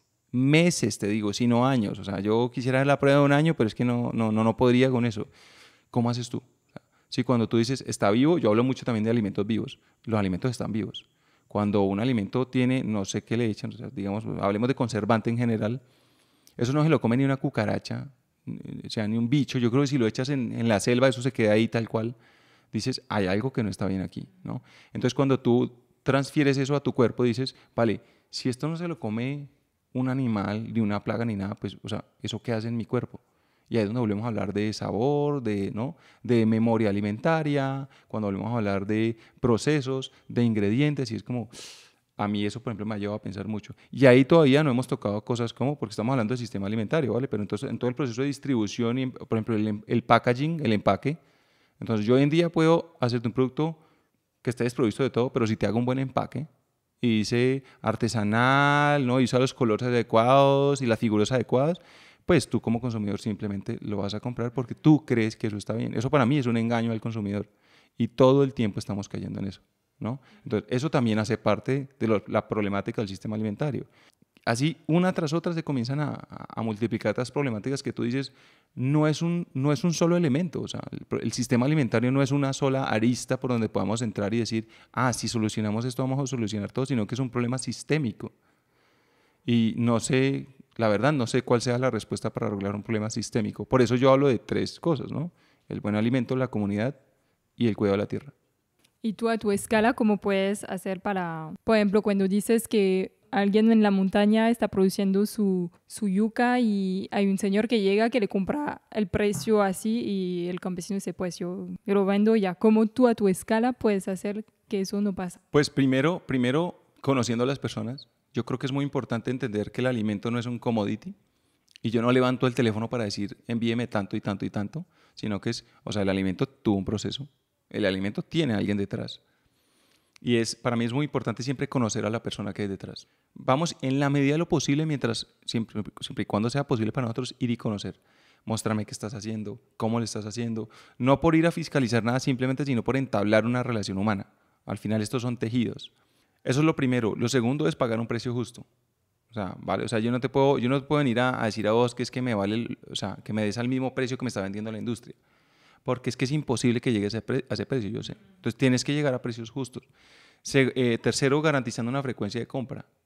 A mí, mira, muchas veces yo no logro llegar a acuerdos con personas del campo y lo entiendo muy bien porque es que yo no tengo un negocio masivo. Entonces yo puedo hablar mucho del maíz y el maíz criollo y el nativo y es que no sé qué y lo otro, pero me lo decía muy bien un campesino, siempre haya quien compre, hay quien siembre, pero es que mi volumen de compra no es alto. Entonces cuando yo te digo, si te voy a comprar 4 sacos de maíz o 5 sacos de maíz de 50 kilos al año, pues yo te digo, una persona del campo no puede vivir con 50 kilos de maíz al año, necesita que más y más personas le compren, no necesita en realidad generar un ingreso que le permita sostenerse en su lugar, ¿sí me entiendes? Entonces, yo muchas veces, digamos que me doy palo y digo, no, pucha, es que no estoy haciendo suficiente, pero digo, bueno, yo estoy haciendo hasta donde puedo, ¿sí? Y digo, lo que intento hacer muchas veces es como, bueno, a alguien le interesa, alguien más quiere comprar, no sé, chats o cosas, o por ejemplo, nosotros tenemos en la panadería, yo tengo la costumbre de que si alguien llega y nos pregunta, ¿dónde compró esto y esto y esto? A mí, yo todos los contactos los doy, y somos muy abiertos en eso porque a mí lo que más me interesa es precisamente generar soluciones a esta problemática. Yo no puedo ser el único. En el gremio muchas veces hay como es muy celoso y no te doy y el contacto y es mi proveedor y es como, no es ni mi proveedor ni es tuyo, ¿sí me entiendes? Es alguien que está buscando cómo generar una manera de vivir dignamente y obviamente entre más le compren mejor, porque le va a permitir a él vivir mejor o a ella vivir mejor. Es lo que me decía Juan de Cumbre, me decía, no, cuando a veces busco un proveedor, llamo a Jihad. Y lo mismo con Juan, sí, no todos, te digo, la verdad no todos, pero mucha gente en serio es muy abierta y es como, vení, lo que más queremos aquí es que haya más de esto, lo digo, porque el campesino puede decir, sí, yo siembro porque yo sé que varias personas me van a comprar, no solo Jihad, a mí no me interesa ser el único en comprar, sino que me interesa que el señor pueda seguir haciendo su labor. Entonces, es desde pagos, desde precios justos, frecuencias, lo que te decía ahora, entablar relaciones. Tú tienes que entablar relaciones. Yo no me puedo, a mí no me gusta hacer un número. Yo te digo, no todo lo que yo compro, obviamente proviene de manos de campesinos. No, yo compro azúcar. El azúcar aquí la producen los grandes ingenios. En el ingenio yo soy un número. El número 2548, no sé, el NIT, ¿sí? Pero cuando yo digo que yo le compro cacao a Jesús Caicedo, del Cabuyal, vengo trabajando hace 9 años con él, yo con Jesús ya desarrollo una relación mucho más cercana, ¿sí? Y si Jesús me dice a mí, Jihad, adelánteme esto o págame esto, yo no tengo ninguna duda en hacerlo, ¿sí me entiendes? O si yo necesito algún favor, yo sé que Jesús va a estar ahí, tejemos comunidad, ¿sí? A través de esas iniciativas. Yo ya no soy un número para Jesús y Jesús tampoco es un número para mí, ¿sí me entiendes? Entonces, pues yo siento que digamos que esas son las diferentes prácticas que utilizamos para traer esto a la realidad. Uh-huh. ¿Y el caleño es interesado en este tema? No le importa un culo, voy a ser grosero, no le importa. Lo único que quiere el caleño es salir a bailar y a tomar. Y si tú puedes abrir, te lo digo yo, como, no sé, empresario gastronómico, tú puedes abrir un lugar, donde sirves la comida. Ahora en Cali hay iniciativas muy bonitas. La comida más deliciosa, le compra al productor, a no sé qué cosa, con todo el romanticismo y la elaboración del caso. Tienen los mismos costos muchas veces que la persona que abre, no sé, la discoteca o el bar. Los mismos costos, y te digo, vas a ver cómo siempre esta persona va a estar penando para sostener su lugar y la otra persona, no te voy a decir que se va a hacer millonaria, pero el flujo es mucho más rápido. O sea, a Pues ti, y se ve, porque lo que se abre más que todo en Cali es discoteca, licoreras. porque eso es parte, volvemos a la cultura, ¿sí me entiendes? Ujú. Entonces, tú no tienes ningún reparo en ir y pagar cientos, no sé cuánto está una botella de aguardiente, hace muchos años no salgo, 120.000 pesos por una botella de aguardiente, que es un licor de pésima calidad, que es una industria que no está beneficiando particularmente a nadie, ¿sí? Pero si vas y, no sé, por ejemplo, compras una botella de biche que está beneficiando al bichero del Pacífico, que el dinero va directamente hacia ellos, como no, eso me va a envenenar, eso no es bueno, o no, eso tan caro. Pues es que esta bebida es artesanal porque es tan cara, ¿sí? O tú dices, listo, no hablemos de licores, o sea, tú no tienes ningún reparo en ir y pagar 50.000 pesos por entrar a una discoteca, pero cuando yo te digo que pagues 30.000 pesos por comerte un buen desayuno, eso te parece costoso, eso te parece caro, ¿sí me entiendes? Porque estás acostumbrado a que los huevos revueltos te valgan 2.500 pesos, sin saber qué es lo que hay detrás. Entonces el caleño es en serio, o sea, no le interesa en absoluto, te digo, no está, no, o sea, para ellos esto no está en el radar. Tanto es así, te digo, o sea, que en realidad, y esto me duele decirlo, pero quienes más aparecen en lo que nosotros hacemos son los extranjeros. Mi proyecto no va dirigido a extranjeros. Sin embargo, llegan extranjeros porque están buscando eso, o sea, identidad cultural, alguien que hable del territorio. Y dices, pues, no sé, eso a veces me confunde un montón, o sea, como que, o sea, yo estoy haciendo esto para que nosotros, como comunidad, hablemos más del tema, ¿no? Para que, o sea, pero simplemente termina siendo juzgado por un término numérico, ¿sí? O sea, como más allá de lo que hagas o de lo que no hagas, o sea. Y otra cosa es que el caleño siempre quiere estar muy en el lugar que esté de moda. ¿Sí me entiendes? Abrir un lugar nuevo, se llena 2, 3 meses, pum, y después cae. Y entonces vaya usted, sostenga eso, entonces, o sea, terminamos comoditizando y todos pareciéndonos en lo que hacemos. Es como, algunas personas siento yo que han hecho un trabajo increíble por sostener sus iniciativas y te digo, no es fácil en serio porque terminas tú teniendo que, bueno, que también hace parte de la naturaleza del negocio, ¿no? o del proyecto, terminas tú teniendo que afiliarte mucho a una pequeña comunidad. O sea, al final estos negocios tienen que afiliarse mucho a una comunidad que los ayuda a sostenerse en el tiempo.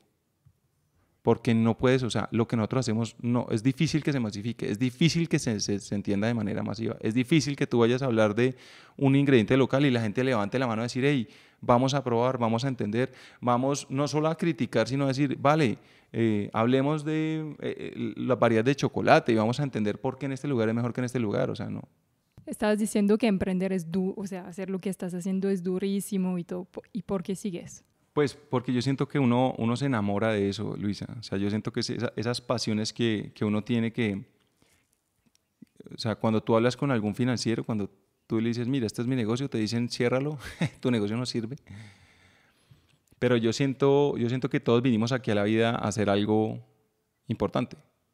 Y yo siento que eso para mí es una misión. O sea, a mi escala, a mi tamaño, yo siento que para mí eso es una misión, ¿sí me entiendes? Es como, vale, yo puedo no comprarle una tonelada de maíz al señor que sembró el maíz o al señor que sembró el trigo, pero con los, no sé, 200 kilos que yo le compré cada cierto tiempo, yo sé que estoy haciendo una diferencia en la vida de esa persona.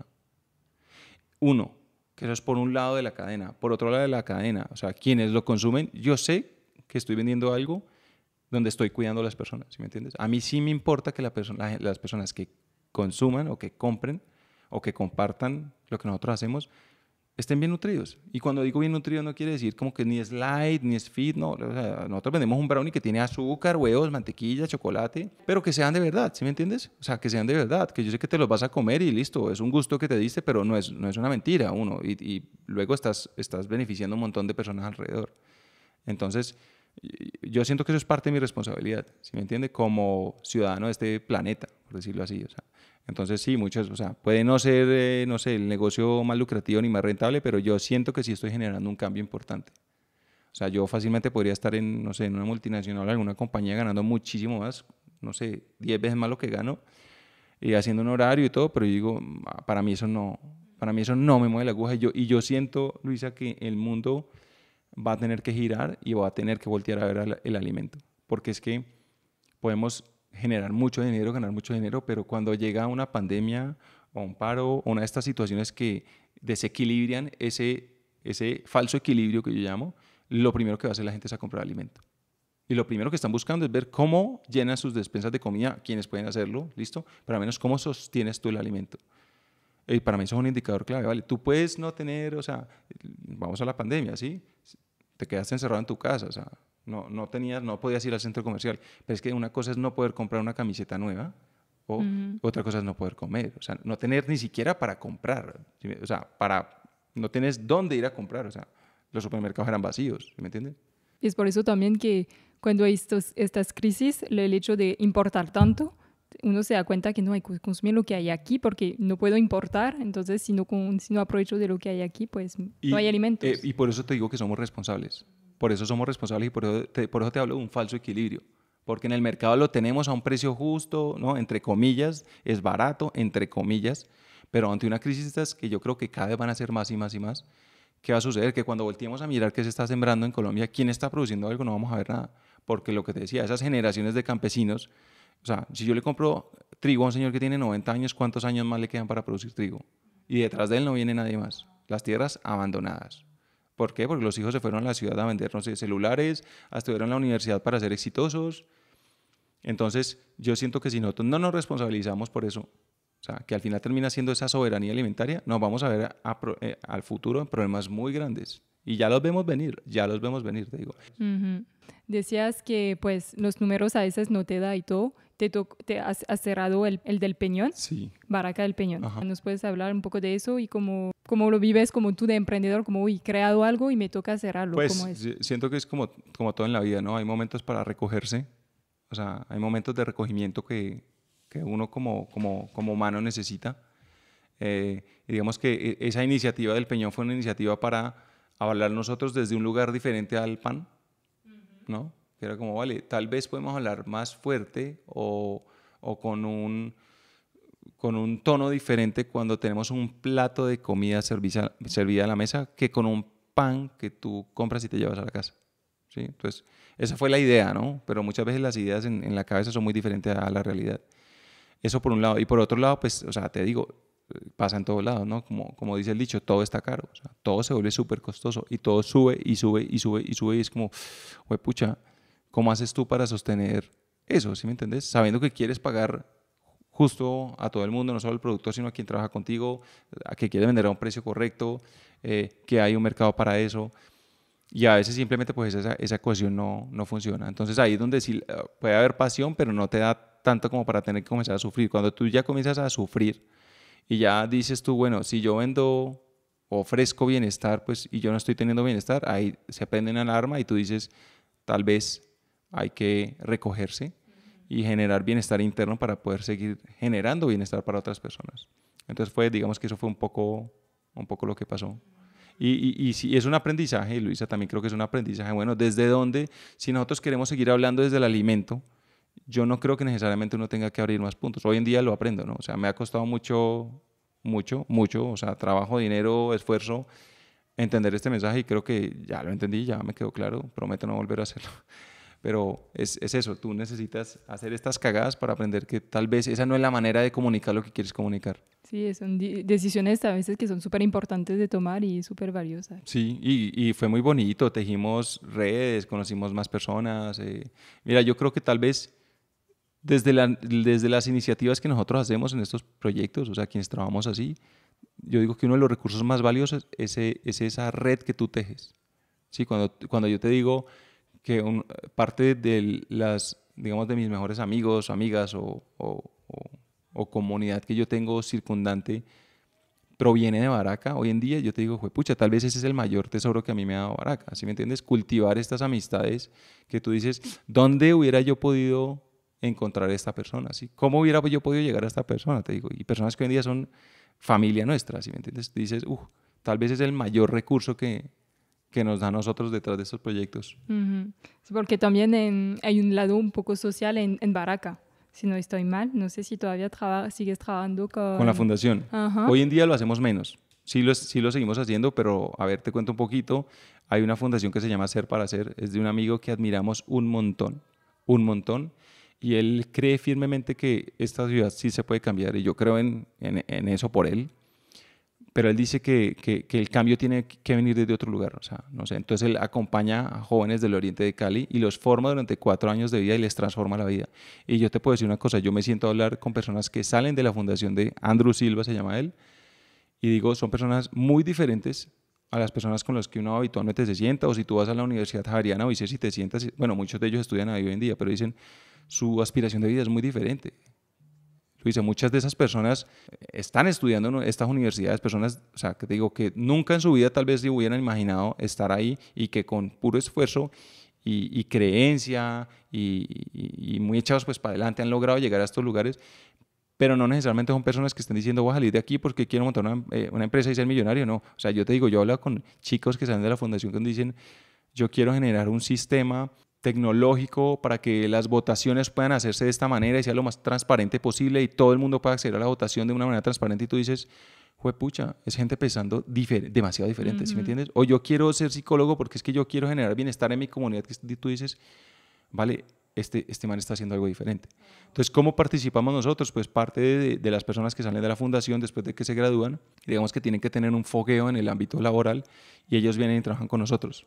Entonces, dependiendo obviamente del perfil, algunos trabajan, algunos se van para, no sé, a trabajar en otras empresas, algunos trabajan con nosotros y ese acompañamiento ha sido muy bonito, pues primero por conocer que son personas diferentes y segundo por decir como, hey, aquí hay un espacio para ustedes. Y nosotros a partir de ahí le decimos a la fundación, hey, creemos firmemente en lo que ustedes están haciendo. Es, digamos que nuestra manera de aliarnos a ellos. Y más allá que ofrecer alimentos también. Exacto, o sea, como que no se puede, por eso te digo que no se puede quedar, o sea, cuando hablamos del sistema alimentario no se puede quedar solo en el alimento, sino todo lo que hay alrededor de eso, ¿sí? Cuando entra, digamos que una persona de la fundación y entonces tú comienzas a mostrarle el mundo del café y el mundo del alimento, es como, pucha, comienzas a romper un montón de esquemas, ¿no? Entonces, sí es un tejido que va en diferentes lugares. O sea, yo siento que cuando uno abre un negocio, Luis, uno no puede estar pensando, eso ya lo muestra mucho más, ¿no? Así, no te puedes preocupar solo por maximizar la rentabilidad. Ahora, yo me pregunto es qué tan genuinos comienzan a hacer esas iniciativas. Si lo hacen más por un tema de greenwashing, de es que tengo que cumplir con el protocolo internacional de responsabilidad social, o porque es que en verdad creo que yo a través de mi empresa puedo impactar un montón. Y no solo las personas que trabajan conmigo, ¿sí me entiendes? Sino todo lo que hay alrededor, o sea, es que es muy grande. Y cómo entender, pues, que, o sea, no toda la torta puede ser para uno. ¿Y en Baracá estás solo? ¿Solo manejando solo? No. Yo solo no podría hacer absolutamente nada porque yo soy un desastre, Luis. O sea gracias a Dios cuento con un equipo súper hermoso. La vida siempre me ha dado una bendición muy grande, es trabajar alrededor de mujeres muy poderosas. O sea, yo trabajo alrededor de mujeres muy lindas y muy fuertes y con historias muy bonitas. Y para mí, por ejemplo, eso es muy satisfactorio, ¿sí me entendés?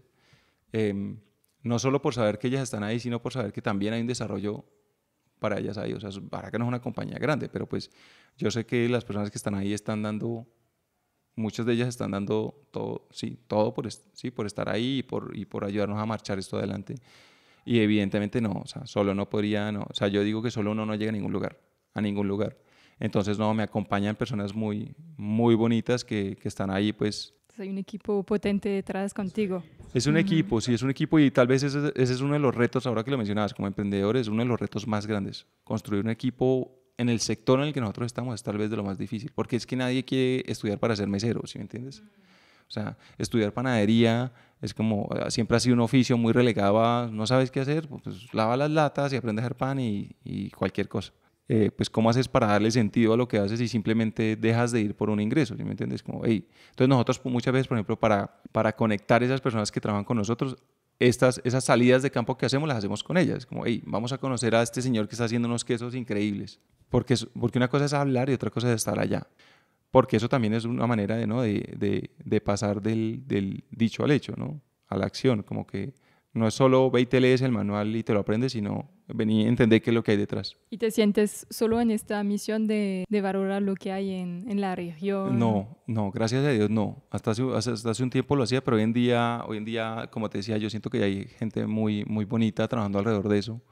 Algunos por tendencia, pues porque está de moda, y otros porque creen firmemente en esto, ¿sí me entiendes? Y así como yo te estoy hablando, como que, o sea, creen y están ahí parados y están luchando o dándola toda por un mejor país, o sea, y cada vez son más, que eso a mí me parece muy bonito. Y bueno, falta ver es cómo uno se organiza pues para que todos podamos crecer conjuntamente. Ujú. Bueno, volvemos un poquito al tema un poco más personal. ¿Me puedes decir qué tipo de persona eres? Hablamos que eres curioso, pero ¿eres solo curioso o eres también de pronto un poco utopista, activista, rebelde? ¿Cuál Pues creo que será? las has descrito todas. Yo siento que dentro de mí hay una rebeldía muy grande. Siempre busco ir en contravía. En contravía en general a lo que te plantea el modelo social o el contexto. Porque mi pregunta siempre es como, sí, ¿por qué? A ver, cuéntame un poquito por qué. Si hay alguna otra manera de hacerlo, hay alguna otra manera mejor, listo. Este es muy barato, ¿por qué es tan barato, no? Entonces sí, siempre he sido muy rebelde y muy cuestionador. Pero no rebelde sin causa de porque sí, sino porque yo sí siento que, digamos que las realidades las construimos a partir de lo que nosotros vivimos y de lo que vemos, no solo de lo que nos cuentan, ¿sí me entiendes? Porque muchas veces te han dicho algo que, no sé, te vienen diciendo desde hace mucho tiempo. eh, Te voy a dar un ejemplo en la cultura de donde yo vengo, ¿no? O sea, por muchísimos años, en la cultura de los árabes, era el tema de, bueno, la mujer se queda en la casa cuidando a los hijos. Es como, la mujer es la que se encarga de los hijos. Es como, y si tú no cuestionas eso, pues toda la vida se va a quedar así. Y es como, o que sí, en realidad la mujer se tiene que quedar todo, sí, debe ser la única persona encargada de los hijos, como que no, venía, o sea, la familia se construye entre dos, bueno, y entre más, ¿no? Entre mucho más, pero entonces si uno no cuestiona todo ese status quo, todas esas cosas que vienen desde allá diciendo, es que me dijeron, ¿sí? Es que me han dicho que, voy a decir alguna boba, no sé, se ha vuelto muy de moda eh, comer nueces o frutos secos, es que es muy bueno. Los nutricionistas, ay, ¿qué hacen para la proteína y las grasas saludables y no sé qué? Y lo omega, no, coma nueces. ¿Sí? ¿Nueces? ¿Y de dónde vienen las nueces? ¿Sí? Si tú sabías que California se está secando gracias a la sobreproducción de almendras y sin embargo tú me estás diciendo que coma nueces, o sea, como que hay algo de pronto más cercano, sí, pero por otro lado hay un árbol aquí en el bosque andino, o sea, que está ahí, su fruto se cae, es un frijol grande y su fruto se cae y se pudre. Si lo que necesito son proteínas y grasas saludables, de pronto podría comer otros alimentos, ¿no? Que se produzcan más cercanamente. Entonces, te digo esto es porque yo siento que ese cuestionamiento profundo siempre lo lleva a uno a encontrar más y más y más, y es como, pucha, el mundo no puede ser ni blanco ni negro. O sea, no, como nos lo han hecho ver. O estás aquí, o eres de este color o de este, o piensas así o piensas allá, y no hay ninguna. Siento que nos enseña muy poco a tolerar esas visiones diferentes. Y te decía yo ahora, un principio que me rige a mí mucho es el principio de la diversidad, que es a mayor diversidad, más balance. Entre más diferente podamos pensar nosotros, entre más diversidad podamos encontrar en el entorno, siento que nos vamos a enriquecer mucho más. Y obviamente tenemos todo el territorio para hacerlo. Entonces, si hay rebeldía, yo siento que soy una persona que pienso sistémicamente. Siempre estoy pensando en el big picture. Siempre estoy pensando, mira, cuando yo hago cosas, a mí me cuesta decir como, listo, ahora nosotros vamos a hacer, nosotros como Baraka o yo como Yihad voy a hacer esto. Es como, siempre mi pensar, por ejemplo, yo lo hablo mucho con Valentina, una chica que trabaja conmigo, que es una vieja muy, muy potente, y yo siempre digo, Valen, siempre que hacemos algo es como, vale, ¿a quién invitamos? ¿Qué hacemos? ¿Cómo hacemos que esto sea colectivo? ¿No? ¿Cómo hacemos que esta voz no sea solo nuestra? ¿Sí? Entonces siento que es mucho, no, nuevamente, tejer el colectivo y tejer la comunidad es muy importante. Y eso hace parte, yo siento que de un principio de vida, ¿sí me entiendes? Como que tenemos que ser más, o sea, cómo nos juntamos, cómo tejemos más juntos. Entonces, sí, o sea, siempre estar preguntando, Luisa, yo siento que siempre es eso, es como esa curiosidad y luego también digamos que hay un valor que yo siento que yo tengo muy finamente, digamos que tengo una parte femenina muy, muy, muy fuerte adentro de mí y es esa intención o esa fuerza interna para decirte como por dónde es, ese olor que te va diciendo como es por aquí y no sé por qué, que eso es algo muy agudo, siento que es un sentido muy, muy, muy agudo. ¿Como la intuición? Es que sí, es como una intuición, sí, o sea, sí, digamos que esa es la mejor palabra para mencionarla, pero eso es una mirada muy fina eso es un tejido muy fino para decir, yo creo que es por otro lugar. Y lo que te decía yo ahora, o sea, yo creo que, por ejemplo, a mí mi intuición me dice mucho que el alimento es el futuro, sin problema, o sea, yo no tengo ninguno de donde decir el alimento es el futuro del planeta, por todo lo que hemos venido hablando. Ujú. ¿Por qué te diste esta misión de consumir mejor, de traer productos de verdad a la mesa? ¿Por qué te metiste en eso? Digamos que al ser curioso y siempre estar preguntando, yo me encontraba con ¿no? Con estos caminos, con estas respuestas, decir como, ¿por qué estamos importando frijol si tenemos checha fruto aquí? Como que... Pero yo siempre he sido una persona que digo, o sea, por ejemplo, yo critico mucho la academia, porque digo, la academia es muy bonita, pero toda la investigación y los desarrollos que se hacen en la academia se quedan en la academia. O sea, uno difícilmente accede y no porque no esté ahí disponible ni nada, sino porque, no sé, no sabemos cómo hacerlo, accede a las investigaciones de la academia que demuestran muy probablemente gran parte de las cosas que yo te estoy diciendo, ¿cierto? Porque pueden hacer papers muy buenos, muy elaborados, la investigación científica, pero digo, ¿quién termina leyendo eso? Pues nosotros aquí tenemos al CIAT, que es un centro ni el hijo de puta de bueno con el desarrollo. ¿Cuántas personas tienen acceso al CIAT? ¿Sí? ¿Qué está haciendo el CIAT por accionar eso y por volverlo de verdad? O sea, en realidad es un banco de semillas para el futuro. O sea, si ahí llega a haber una guerra que vamos a ir todos a pedir semillas al CIAT, o sea, para mí hay algo que no funciona bien ahí, ¿sí me entiendes? ¿Por qué digo todo esto? O sea, más que por hacer una crítica, porque yo creo que el CIAT hace un gran trabajo. Yo siento que tenemos que pasar del hecho a la acción. Entonces, cuando yo me encontraba con estas cosas, simplemente fue como, bueno, pues alguien tiene que hacer el trabajo, ¿no? Yo digo, el trabajo sucio, ¿no? Ir y hablar de otras cosas, ir y quebrarse, ir y cerrar negocios, ir y abrir, ir y, no sé, ser abucheado, ser aplaudido, cualquiera de las anteriores, ¿sí me entiendes? Y pues yo, no sé, sentí que ese era tal vez mi papel, o sea, digamos que yo tengo mucha fuerza al iniciar cosas. Y si no hubieras creado Baraka, ¿qué hubieras hecho? No tengo ni idea dónde estaría. Tal vez estaría por allá en los Himalayas, meditando, pensando, no sé. Produciendo tu comida. O produciendo mi comida, pero mira que estando en los Himalayas, recuerdo una vez un monje, porque yo buscaba, ¿no? La paz interior y toda esta huevonada que uno busca allá. Y un monje una vez, un monje activista en Tailandia, me dijo, o sea, esto es una manera de darle la espalda. Cuando usted se sienta a meditar al frente de la montaña, usted le está dando la espalda al mundo. Es como, jueputa, sí, o sea, si tú puedes llegar a meditar en medio del caos en el que vivimos, o sea, ahí estás haciendo tu trabajo real, ¿sí? Porque yo en un punto lo pensé, dije, ¿será que me vuelvo monje? Y fui y lo experimenté un tiempo y dije, uy, puta, no, esto como que es muy chévere, muy tranquilo, o sea, tú en esos entornos sientes una paz muy bonita y todo es tranquilo y todo es lindo, pero, oye, o sea, venimos a este mundo, o sea, ¿qué vamos a hacer aquí, no? ¿Cómo vamos a aportar aquí? No soy solo yo, ¿no? Y a mí eso me impactó mucho porque me dijo, estás dándole la espalda al mundo, ¿sabes? Como, jueputa, tal vez tengo que ir allá y transformarme allá, ¿no? Chocándome y viendo cómo intento ser yo una mejor persona y cómo intento aportar más. Y acciones. Con acciones, exacto, con acciones. Si podrías volver a empezar con Baraka, ¿qué harías diferente? Empezaría más tranquilo, porque yo cuando empiezo proyectos como quiero hacerlo todo a la vez, yo quiero hacerlo todo y ya. Y con el tiempo entiendo que pues es un proceso. O sea, y si no disfruto el proceso, sino que estoy pensando más en cómo hacer, y es que, bueno, está muy chévere esta idea y esto de ayudar al campesino y todo, y es como si lo quieres hacer todo, nunca lo vas a lograr hacer. Sino que hay que entrar con un paso más lento. Sí, como aterrizar tus ideas y un paso a la vez. Y tranquilo, ¿sí me entiendes? Como que ya, vamos suave, vamos aprendiendo, vamos a ver qué pasa, ¿no? Y como te digo, yo soy muy creativo y todo el tiempo se me están viniendo ideas a la cabeza. Es como que es difícil, ¿no? Es como si tuvieras tú una cascada de ideas todo el tiempo y le tienes que decir para, y mientras tanto déjame, veo qué hago con esto que tengo aquí. Entonces yo creo que me tomaría mucho más el tiempo para hacer las cosas, mucho más. O sea, ya en los procesos, digamos que yo lo hago mucho con los alimentos, pero no lo hago muchas veces conmigo, ¿sí me entiendes? Entonces digo, pucha, no, yo creo que sí nos tenemos que dar más espacio para hacer cosas, ¿sí? Para entender mejor, para comunicar mejor, por ejemplo. O por ejemplo, no sé, cuando yo arranqué, yo me acuerdo que podía hacer 15 tipos de pan al día. Es como digo, no es necesario. No es necesario, con 4 o 5 que hagas muy bien, estás haciendo el trabajo, ¿sí? Entonces, más no es mejor. Básicamente eso es lo que yo cambiaría.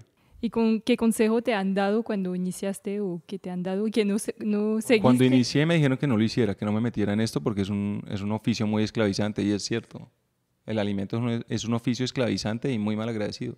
Tú puedes estar todo el día, y yo no hablo como cocinero, sino como comensal. Tú puedes estar todo el día, o yo puedo estar todo el día haciendo un pan. O sea, yo hice todo el día un pan hoy para hornear mañana, y tú vas como consumidora y simplemente lo pruebas y dices, no me gustó, y ya, te degollan. Porque a uno detrás de la cocina tal vez lo que más lo enaltece es cuando la gente va y come y se siente feliz. Tal vez eso es más importante que el pago que te puedan dejar. Eso es tal vez lo que más te llena, ¿no? Esa gratitud. Entonces cuando no suena eso es como, pucha, o sea, estuviste igual todo el tiempo trabajando, o sea, ¿no? Metiéndole tu mente, tu tiempo, todo esto, tu corazón, y al final como, o O sea, estás ahí tú, ¿no? Estás expuesto en la mesa. Es como si tú tuvieras el estómago expuesto ahí en la mesa. Si pusieran una yejada ahí encima de la mesa y con cubiertos lo comienzan a partir. Es como, puta, entonces todos los días te expones a eso. ¿Pero todavía te sientes así o es más al principio? No, yo creo que todavía sigue siendo, Luisa, pues porque al final uno en estos proyectos, o sea, lo que llega a la mesa es un reflejo de lo que uno es. Pero ya lo sabes hacer muy bien. Sí, pues digamos que cada vez mejor y cada vez entiendes que te despersonalizas de eso y es como, bueno, pues, o sea, hay gente a la que, o sea, digamos que entre los gustos no hay disgustos, ¿sí? Y hay gente a la que le gustó, hay gente a la que no, es como, pues cada vez digamos que eso lo ves mejor. Sin embargo, insisto, o sea, es muy desagradecido. Tú te puedes demorando cocinar 10 horas, una cena, y tú te la vas a comer en 20 minutos o 15 minutos. Y en 15 minutos, o sea, tú vas a juiciar 10 horas de trabajo. Es como, pucha, eso me parece muy difícil, ¿sí? Como, y eso me lo dijeron al principio y yo siento que es verdad. Y entonces te han dicho, no te metas en eso. Todo el tiempo.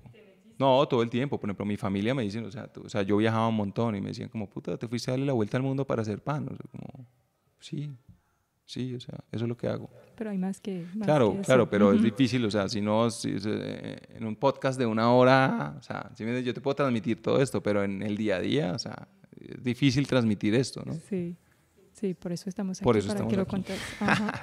¿Y estás feliz de no haber seguido este consejo? Sí. Y yo te digo, yo estoy convencido, o sea, yo te digo, tenía 3 sedes y cerré 2 este año y estoy tranquilo. Estoy tranquilo porque yo siento que insisto, ¿no? Más no es mejor.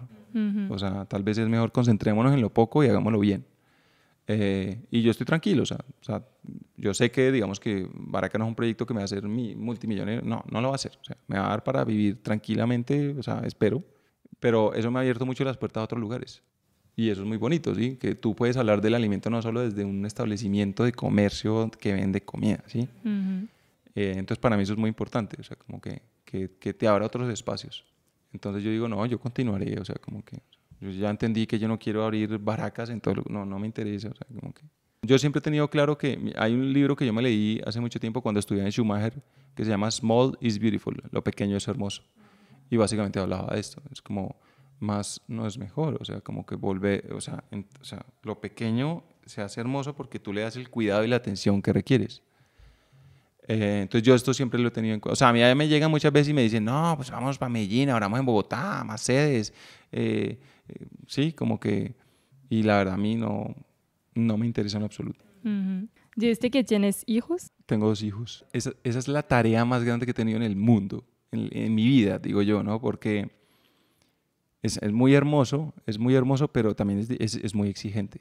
O sea, te digo porque si tú te tomas la paternidad con responsabilidad, volvemos a hablar de responsabilidad, ¿qué me corresponde a mí, ¿no? Como ciudadano, ¿qué me corresponde a mí como padre? Pues siento que los hijos, todos vienen aquí a enseñarnos lecciones. O sea, y a veces es difícil como, hoy sí, yo vengo a enseñarte, es como, pucha, yo muchas veces, yo no vengo a enseñarle nada, ¿sí me entiendes? Yo vengo a acompañarlo y muchas veces soy yo el que termino aprendiendo, bueno, la mayoría de veces. Lo que pasa es que a mí me cuesta mucho ver eso, ¿no? Es como que, o sea, nosotros nos han enseñado que venga y le enseño a ser juicioso y venga, le enseño y en el colegio 1, 2, 3, 4 y es como... Y yo sí he buscado pues, como romper muchos esos esquemas con ellos, como, bueno, de pronto no es por ahí la educación, ¿no? O sea, como yo cuestiono mucho, digamos que eso es la educación tradicional. Y me he encontrado con eso, como que ellos todo el tiempo están siendo un espejo tuyo. Y si tú, por ejemplo, tienes, o sea, yo, por ejemplo, tengo un problema con la paciencia, ¿sí? Ellos vienen a enseñarme paciencia. ¿Cómo? Sacándome toda la paciencia del mundo, o sea, toda la impaciencia del mundo, ¿sí me entiendes? Entonces, o sea, llevándome al límite diciendo... Listo, vamos a ver o sea, ¿cómo haces tú para mejorar tu paciencia? ¿Sí? A través, obviamente, de acciones. Y eso es muy difícil, porque si es un amigo, si es una persona que conociste en la calle, si es, no sé, una novia que tuviste, o sea, pues, no sé, tú puedes cortar y decir, chao, no nos entendimos más, chao. Pero, o sea, a tu hijo tú no le vas a decir, chao. No. Es como, chao, no más, me voy, que eso pasa, ¿no? O sea, digamos, yo en esta postura en la que estoy ahora digo, pues puta, ahora entiendo por qué todos los hombres salen corriendo, porque esto es muy puto, esto es muy difícil, te digo, estar ahí parado y no simplemente siendo el cazador, sino estar ahí para ellos, diciéndoles, acá estoy como papá y aquí estoy para acompañarte, no para formarte y enseñarte, es como, no, venimos a aprender juntos, ¿sí me entiendes? Entonces tal vez cambiar esa idea me ha costado un montón, pero ahí vamos. ¿Y qué quieres dejar como legado a tus hijos? ese pensamiento crítico, o sea, que siempre sean críticos, o sea, independiente de lo que hagan, que siempre estén cuestionando. O sea, y siempre viendo si hay una manera mejor de hacer las cosas. Yo siempre siento que hay espacio para mejorar. Y yo quisiera dejarles como eso. No, como yo digo, si yo algo puedo dejarles a ellos como un gran aprendizaje es la curiosidad. Es como, o sea, sé curioso hasta el infinito. O sea, como que nunca pares de hacerlo porque eso te puede llevar a lugares inexplorados y que nunca antes hubieras imaginado. Pues eres un buen ejemplo para enseñarlos, ¿no? Ahí te lo puedo hacer, lo puedo hacer. ¿Qué te ha inspirado últimamente y qué quieres compartir? ¿Qué me ha inspirado últimamente? Ya sé. Hace poco hice un curso de agricultura sintrópica en un lugar que se llama Tierra Magia aquí. Un lugar muy lindo, aquí por el Faro, cerca de Cali. Y fue muy lindo ver que yo pensaba que yo no puedo, sí, como que uno a veces dice, uy, cultivar comidas, no, solo para campesinos, para gente que se dedica a eso, es como fue, oye, no es tan difícil, en serio, ¿sí me entiendes? Si sigues como unos principios básicos donde emulas el bosque, ¿sí? Imitas un poco la naturaleza del bosque, puedes sembrar comida sin necesidad de usar agroquímicos, sin necesidad de estar trayendo insumos de afuera, abonos y esas cosas, sino simplemente devolviéndole a la tierra esa riqueza, ¿sí? ¿Cómo? Con la misma materia orgánica. Es como, pucha, esto es muy potente. Uh-huh. Y lo puedes hacer. Lo puedes hacer, o sea, como hasta con la materia de la casa, ¿no? ¿Dónde podemos seguir lo que pasa en Baraca y dónde podemos comprar tus productos? Tenemos redes, o sea, Baraca, rayita al piso ancestral. Ahí siempre estamos publicando y más compartiendo historias, como más que cualquier otra cosa. Ahí tenemos una sola sede, ya nos quedamos con una sola sede, en el mismo lugar en donde nacimos, que queda cerca de la Portada al Mar, en Cali, en un segundo piso. Listo. Pondría la dirección. ¿Tienes algo especial para regalar a las personas que escucharon el podcast hasta el final? Pues yo creo que tal vez, no sé, mi mensaje más claro es aquello que yo soy, ¿no? Como que yo sí deseo que todos seamos enormemente curiosos, porque eso nos lleva a caminos inesperados que siempre nos harán crecer. Y tal vez, no sé, este es mi mayor regalo, ¿no? Como nunca estar conformes con el status quo, ¿no? O sea, el mundo es muy increíble y muy maravilloso como para contentarse solo con lo que nos ha mostrado el entorno cercano. Siempre cuestionar. Sí, no, o sea, siempre. Y algo para regalar a los que van a Baraca. Bueno, entonces vamos a hacer un descuento del 5% a las personas que hayan escuchado el podcast y que digan Locali. Listo. Y llegan diciendo eso. Locali. Súper, gracias. ¿A quién me recomendaría invitar para el próximo episodio?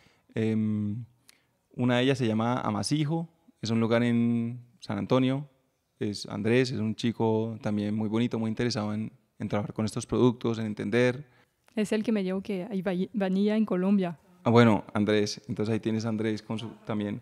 Donde León es una pastelería que abrió hace poquito. Ruby también está intentando pues trabajar mucho alrededor de las frutas, con pastelería, que eso me parece muy, muy diciente. Hay un proyecto que se llama BC Coffee, también está súper interesante lo que están haciendo. O Café es otro proyecto interesante. Miel Madú es un proyectazo increíble alrededor de la miel. Uh-huh. La Báscula es un lugar también increíble para ir a investigar, a charlar y a generar comunidad. Bueno, no, por ahí va, ¿no? Ajá, sí, por ahí va. ¿Cuál será tu última palabra para cerrar esta conversación? Hay un concepto que leí hace un tiempo que los budistas lo llaman en inglés right livelihood o como el buen vivir. Uh-huh. Y yo vi que en Nariño los campesinos lo acunan como vivir bonito. Y me pareció muy, muy linda esa manera de ver la vida como, o sea, ¿cómo hacemos para vivir bonito? Es como una filosofía. Es una filosofía, sí. Entonces, esa es mi última palabra. Listo. Bueno, muchísimas gracias, Jehan. Bueno, muchas gracias a ti, Luisa, por la invitación. Chao.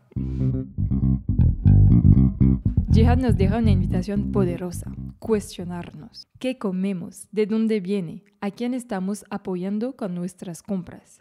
Este episodio nos recuerda que comer no es un acto neutro. Consumir y decidir a quién le compramos tiene un impacto real que muchas veces minimizamos. Ser conscientes de lo que consumimos no solo impacta nuestra relación con la comida, pero también puede transformar el territorio. Muchas gracias a Jihad por compartir este momento conmigo. Como dije al principio, para mí es una de las figuras clave del paisaje local caleño. Alguien que comunica y encarna con coherencia lo que realmente significa consumir local. Y gracias a ti por escuchar Locali. Si te gustó el episodio, te invito a poner 5 estrellas en la plataforma donde estás escuchando, suscribirte al podcast Locali y compartirlo con tus amigos. Si a ti te gustó, seguro a ellos también. Este proyecto lo hago por Cali y por los caleños, para que juntos reconozcamos todo lo increíble que esta ciudad tiene para ofrecer.